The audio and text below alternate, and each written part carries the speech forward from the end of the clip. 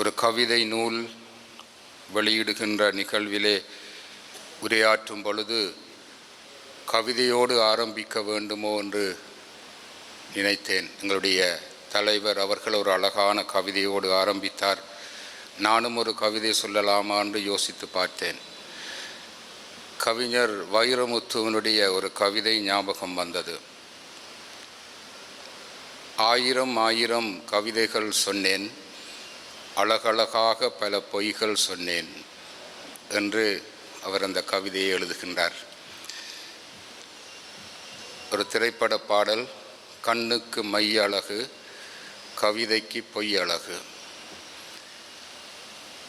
அன்புராச அடிகளாருடைய கவிதைகளில் பொய்கள் உண்டு என்று நான் சொல்ல வரவில்லை. நான் நினைக்கின்றேன், இந்த கவிதையோடு இந்த பொய் என்ற சொல் வருகிற பொழுது அதற்கு வேறு அர்த்தம் இருக்கிறது என்று தான் நினைக்கின்றேன். நாங்கள் மெய் என்ற சொல்லை அது உண்மை என்ற கருத்திலே இருந்து இந்த உடல் என்ற ஒரு கருத்திலேயும் பயன்படுத்துகிறோம். அதே போல கவிதையோடு பொய் என்று வருகிற பொழுது அதற்கு வேறு ஒரு அர்த்தம் இருக்குமா என்ற ஒரு எண்ணம் எனக்கு வருகிறது.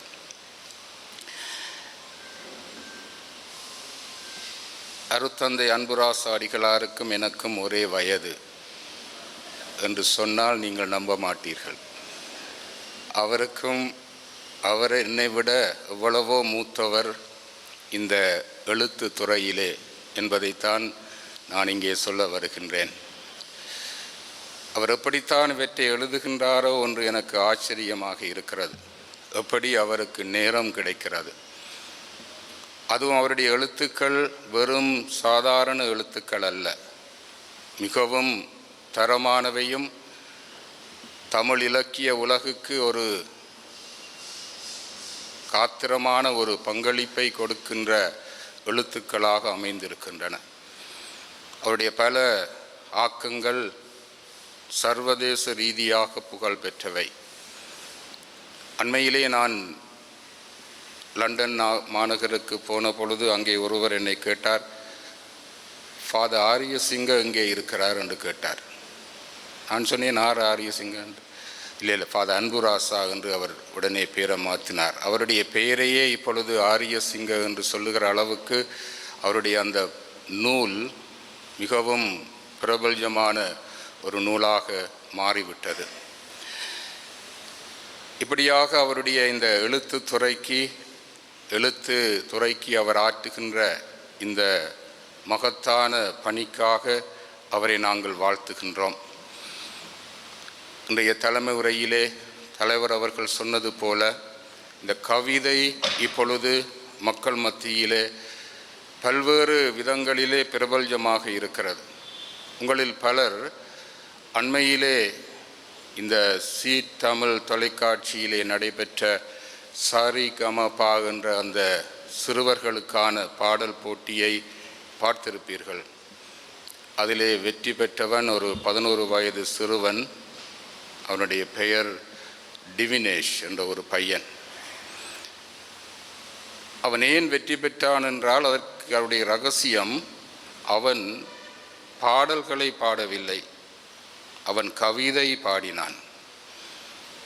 அவனுடைய எல்லா பாடல்களும் கவிதைகளாகவே இருந்தன.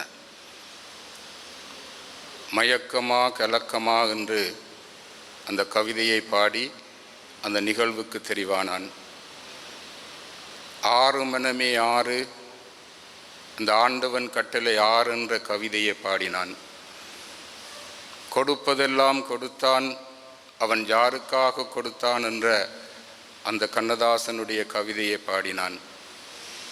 இசை கேட்டால் அது அசைந்தாடும் என்ற அந்த கவிதையை பாடி அவன் பாடிய பாடல்கள் எல்லாம் கவிதைகளாக இருந்தன.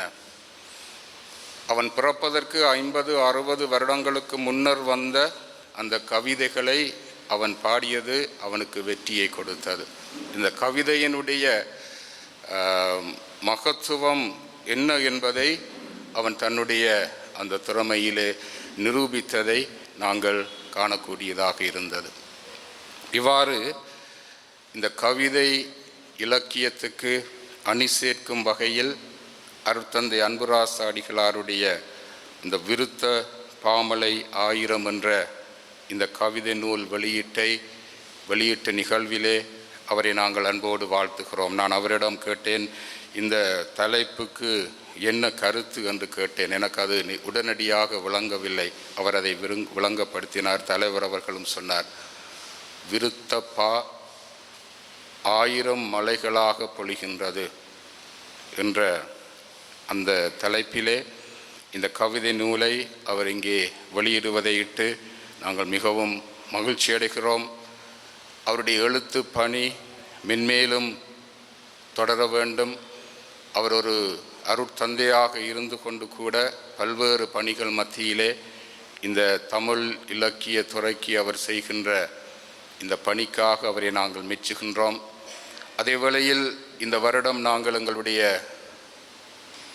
ஞானப்பிரகாசர் சுவாமிகளுடைய 150வது ஆண்டு நிறைவை கொண்டாடுகின்ற இந்த வருடத்திலே இந்த படைப்பை அவருக்கு அர்ப்பணிப்பது மிக மிக பொருத்தமானதாகும். ஆகவே இந்த தன்னுடைய எழுத்து பணியினூடாக அருட்தந்தை அவர்கள் செய்கின்ற பணிகளுக்காக அவரை வாழ்த்தி, மென்மேலும் அவருடைய எழுத்தாற்றல் தமிழ் இலக்கிய துறைக்கு காத்திரமான பங்களிப்புகளை வழங்கும் என்ற நம்பிக்கையோடு மீண்டும் அவருக்காக இறைவனை பிரார்த்தித்து விடைபெறுகின்றேன். நன்றி, வணக்கம்.